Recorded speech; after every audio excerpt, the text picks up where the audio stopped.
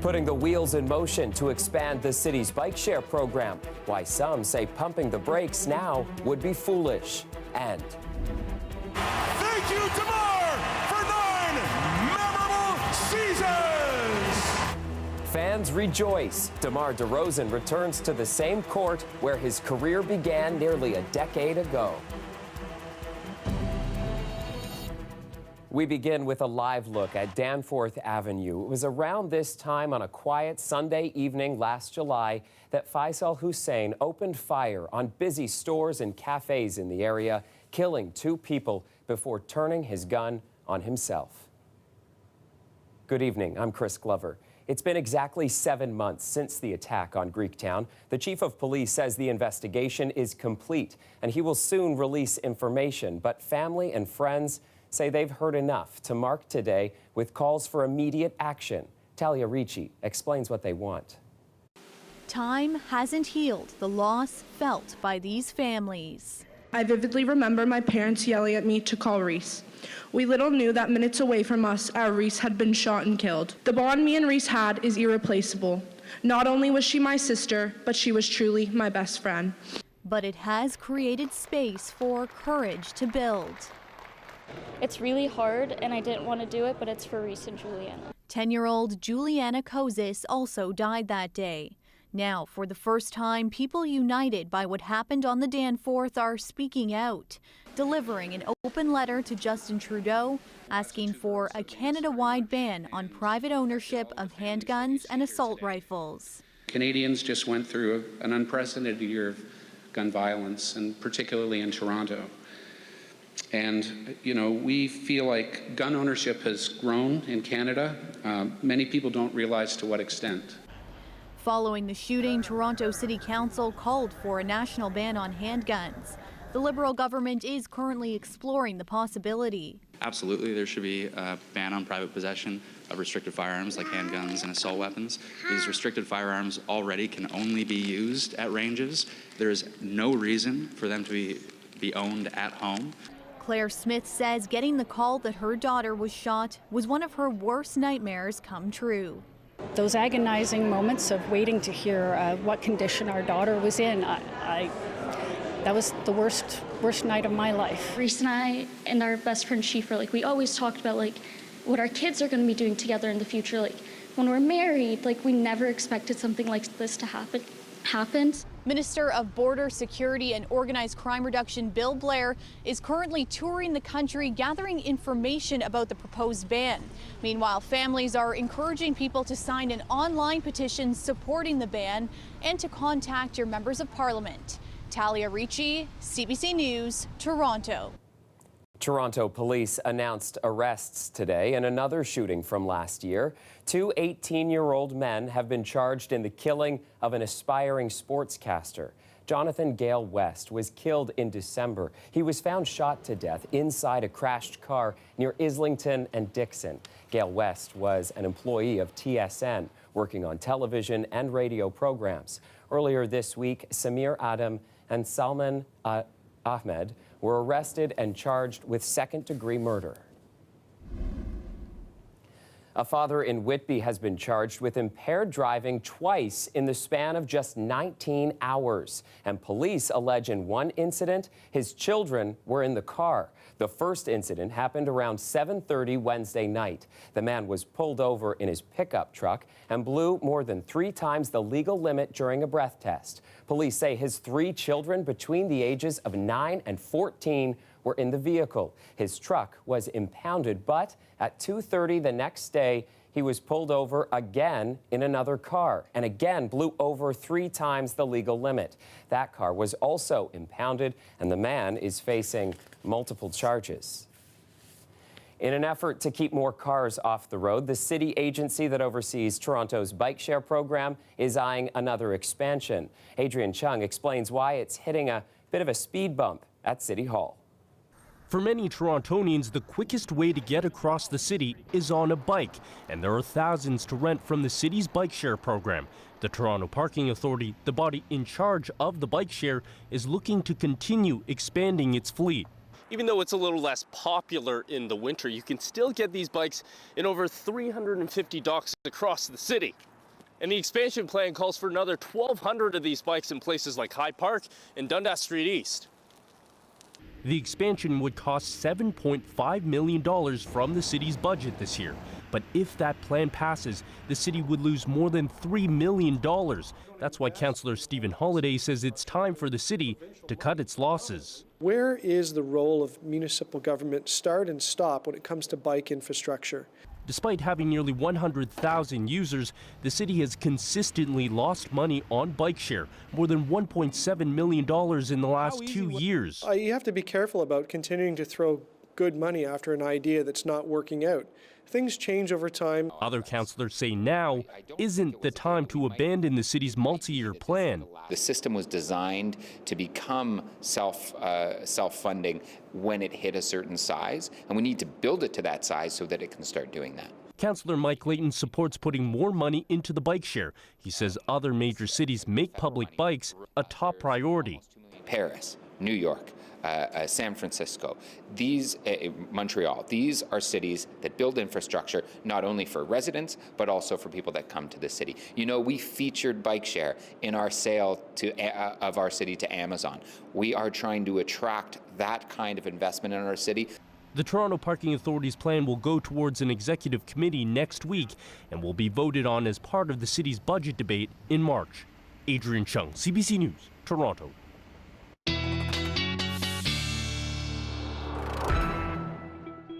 Time now for a first look at your weather forecast with Colette Kennedy. And Colette, wasn't very windy today, but that will change this weekend. Yeah, that's right, Chris. Today was a day to kind of take a breather, and most of tomorrow as well. We'll have quiet conditions and not looking at active weather, but then things really will be changing as we go into the second half of the weekend. So because of that, there is a special weather statement from Environment Canada. We'll be seeing very strong winds. Many areas will see winds 60 to 80 kilometers an hour, but there's even a risk of having some of those gusts exceeding 100 kilometers an hour. And areas, especially to the north of the lower Great Lakes, will get some light snow, but with that blowing around, that will reduce visibility. I said it was quiet, though, tonight, and it is. Just some of this cloud cover, partly cloudy conditions. It's into tomorrow evening when the showers will arrive, and then we'll see those intensify, although coming kind of in waves into Sunday. I'm going to go into way more detail on the storm system. On the backside, some flurries there with some colder temperatures. A little bit later in the show, I'll also show you some of those wind projections. Overnight tonight, though, those winds only 5 to 15 kilometers an hour, -4. Overnight, some areas just outside of the city are going to be a little cooler than that, certainly, and 2 degrees tomorrow afternoon, but the temperature is going to be coming up into Sunday. Wait till you see where the temperature is going, Chris. All right, sounds good. We will check in with you in a little bit. Sounds good. With the weather so warm, you may want to consider walking, especially because there's another major shutdown this weekend on the TTC. Line 1 from St. Clair West to Union Station will be closed. This is so crews can upgrade the automatic train control signals. Shuttle buses will be running in place of the subway. On your last subway ride, you probably didn't think about who owns it. Today, there was a protest at TTC stations across the city to change that. They're angry with Doug Ford's plan for the province to take over the subway system. As Linda Ward explains, it was the first time TTC operators hopped on board with the protest. Keep transit public! Keep transit public! And part of today's action included action on the part of those who work in the subway system, fare collectors, operators like these, wearing T-shirts that say, "Keep transit public." This is the first time we've seen the people that actually work in the system take a stand on this issue. Why now? We're community members like everybody else, and we know the importance of public transit, and public transit has been a hot topic for several years, but if the province really cared about transit, they would fund it properly. Meanwhile, people just really trying to make their way here to work this morning. We did manage to stop a few of them to ask them how they feel about the proposed move. I really don't have an opinion on that one, actually. I personally don't have anything invested into whether Toronto runs it or whether the province runs it. I honestly, I don't know enough about it, so it's great that people are bringing it forward so that we can see more about it. So a lot of people right now they don't realize until it gets uploaded and they start paying $16 a ride or $17 a ride like the Up Express. If Doug Ford wants to fix the TTC, he should fund it rather than steal it. and together we're going to make sure that we stop them. While actions like these have been met with a degree of apathy from the public, Councillor Cressy and Councillor Josh Matlow are hoping to do something to change that. Next week, they'll bring a motion forward at City Council to ask the city to implement a public awareness campaign, ads on TTC vehicles, announcements in TTC stations to try and light a fire under transit riders. Linda Ward, CBC News, Toronto. All that snow and ice you just saw behind Linda, well, that is making for a bumpy spring on our roads, but the city is taking action to make things a little smoother. More on the pothole blitz right after the break.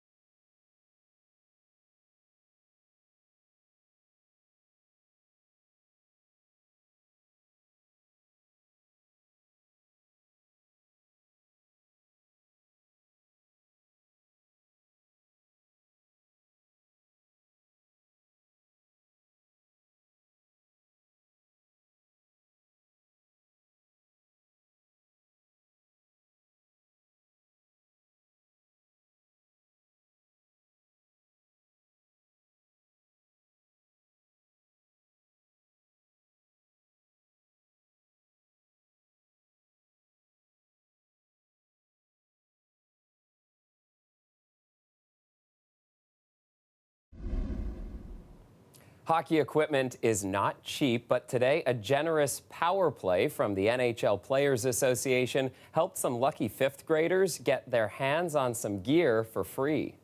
The idea behind the program, guys, is to get you guys active and playing a sport that we love the most. We're very prejudiced. We love hockey, but it's really about being active. The students are part of the Toronto Police Service Youth Hockey Program. Besides getting the equipment, they also got some priceless autographs. This is all part of the NHLPA's Goals and Dreams Fund, which donates to hockey programs around the world. The roads have felt like a skating rink at times this winter, and all that ice has left some devious danger on the asphalt. But now the city has filled in its pothole plan. We'll be on the road from about 4 a.m. to about 6 p.m. Tomorrow evening. You should notice a considerable difference in the state of the roadways after we complete this blitz tomorrow. The blitz will see about 50 crews take to city streets, the Gardiner and the DVP. It's expected they will fill between 4,000 and 5,000 potholes tomorrow. This is the first of what's expected to be a number of blitzes between now and April. There will still be plenty of potholes after this weekend, and new ones will form every time the temperature takes one of those wild swings we so often see in the winter. So what if there were a way to predict potholes before they happen? As Ali Chiasson shows us, researchers at the University of Waterloo think they may have one. There's slush on the roads and it's dark, and all of a sudden my right passenger side just gets rocked. I was still kind of shaking and the car just shut down basically and veered to the right. I obviously knew it was a pothole, but it felt bigger than that. Every year, the City of Toronto repairs an average of 200,000 potholes. They're common this time of year given the wild freeze-thaw cycle. Water seeps into the pavement and freezes, then thaws, freezes again, weakening the asphalt until it breaks apart.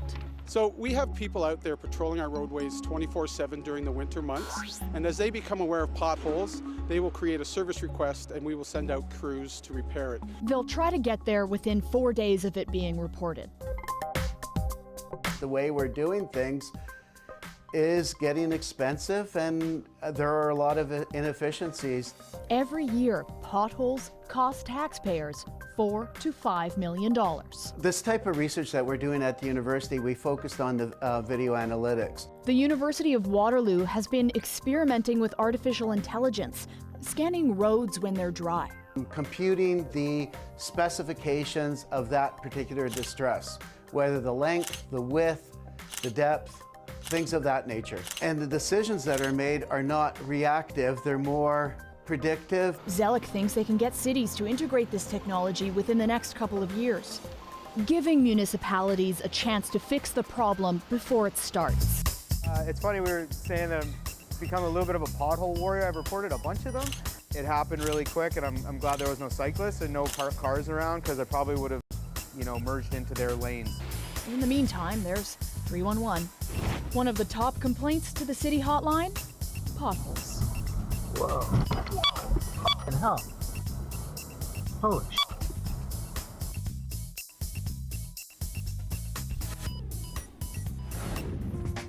The red carpet is down, the stage is set up, and Oscar is ready for his big night. After the break, who will win the big awards? Our film critic sticks his neck out. See if you agree with him after the break.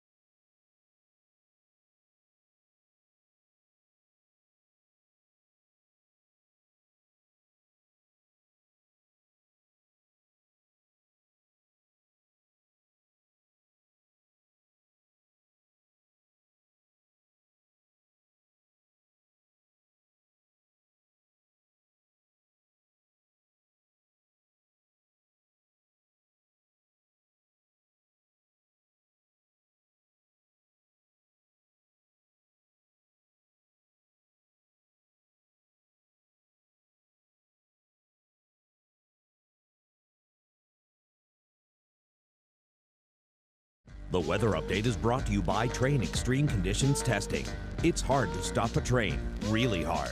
Train, the most reliable heating and cooling brand. Fans, please join the Toronto Raptors in thanking DeMar DeRozan for all he has done for our city and for this team. It was a welcome like never before. DeMar DeRozan finally came home, and fans certainly showed their love with multiple standing ovations for the ex-Raptor. The franchise honored DeRozan with a video tribute in his first game back to Toronto since last summer's blockbuster trade for Kawhi Leonard. And DeRozan wasted no time making an impact in the game. He dazzled the crowd with acrobatic plays but the homecoming was spoiled for DeRozan by the guy he was traded for. Kawhi Leonard steals the ball from DeRozan late in the game and slams it home for the win. Raptors go on to beat the Spurs 120 to 117.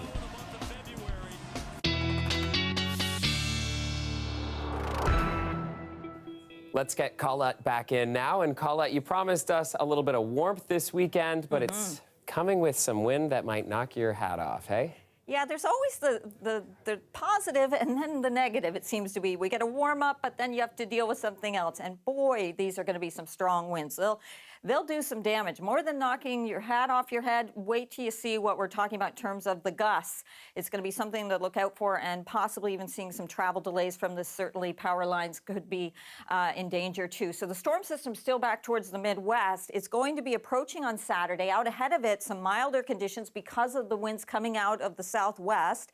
That pushes the temperature up. Late day, showers move in. So tomorrow evening, we start to really get into the windy conditions. See these areas? These are the isobars.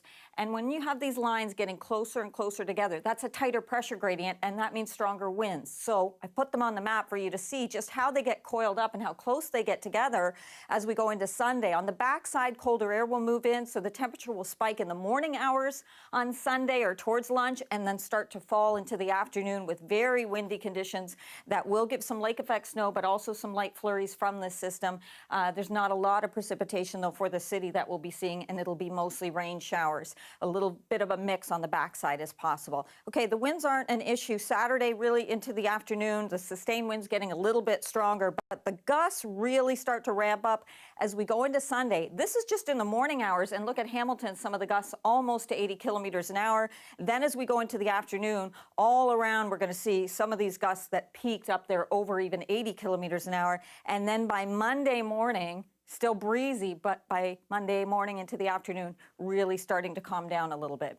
Overnight tonight, we're looking at lows for southwestern Ontario of -5 to -7, mostly clear skies. Those showers will move in the afternoon and work their way from west to east for you here. And then by evening, they make their way into the GTA. Overnight tonight, though, quiet weather conditions we'll be seeing, and a range of temperatures from -5, -7. A few areas could go to -8. And then tomorrow afternoon, we're looking at 2 to 4 degrees for the temperatures, but they'll be steady or coming up.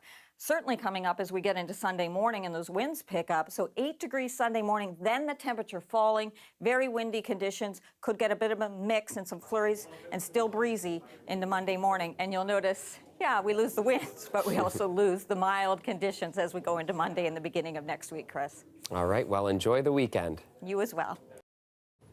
Such strong winds on Sunday may be another reason to stay home and watch the Oscars. But from the sudden departure of the original host to taking hits for lack of diversity, the drama leading up to Hollywood's biggest night has been remarkable this year. But of course, the show must go on. And here is Eli Glasner, our film critic, with some bold predictions from Los Angeles. There has never been an Oscars like this, and I'm not talking just about the drama inside, but some of the races themselves. So let me help you out in your Oscar pool, beginning with some of the safer bets, including Rami Malek winning as Best Actor for his performance as Freddie Mercury in Bohemian Rhapsody. It's a crowded category. You got Christian Bale, Bradley Cooper, but that electric performance of Mercury is undeniable. Also undeniable is the fact that Glenn Close will win for her performance in the movie The Wife as Best Actress, a fitting tribute to her amazing career. Let's move on to Best Supporting Actor. That will be won by Mahershala Ali for his performance as Don Shirley in the movie Green Book, even though Shirley's family has complained about some of the inaccuracies of his portrayal. I think that will strike a chord with voters, which leaves us the Best Supporting Actress category, which will be won by If Beale Street Could Talk's Regina King. She is an actor, a producer, a director, has a lot of support in this organization, in the Academy, and she will take home that trophy on Sunday night. Now, some of the tougher races to call. Best Director, it could be Alfonso Cuarón for his work with the amazing movie Roma, such a personal vision, such a testament to his skills as a director, but Spike Lee has never been nominated as a director at the Oscars, and this is a golden opportunity for his work in BlacKkKlansman. So that is a serious threat to Caron, which leaves us the toughest race of all, Best Picture. What a race. You have Green Book, you have Black Panther, you have Bohemian Rhapsody, and you have Roma. Each of those movies have already won awards at other ceremonies, so it's a tough one to call, but ultimately my prediction is Roma to win at the Oscars. Good luck in your Oscar pool. Eli Glasser, CBC News, Los Angeles. Just north of Oscar's red carpet, a carpet of white snow has surprised locals. And turns out Canada is to blame. The system that dumped the white stuff into Southern California started in Alberta. Even though it's really not that much, a highway was closed and a school district was shut down yesterday. It's the first time these areas have seen snow in 4 years. We'll be right back.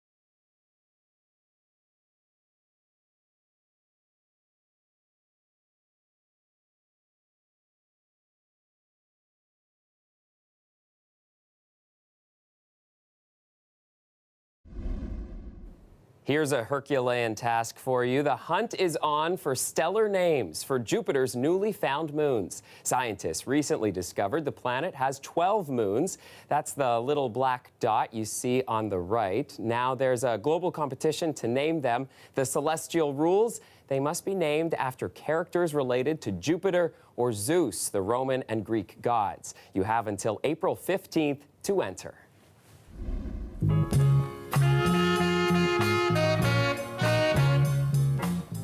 Pioneering soul singer Jackie Shane has died. The transgender artist built a loyal audience performing on the Yonge Street Strip in Toronto in the 60s. Shane was born in Nashville but fell in love with our city and made Toronto her home. Despite disappearing from the music scene years ago, a collection of Shane's songs called Any Other Way was just nominated for a Grammy for Best Historical Album.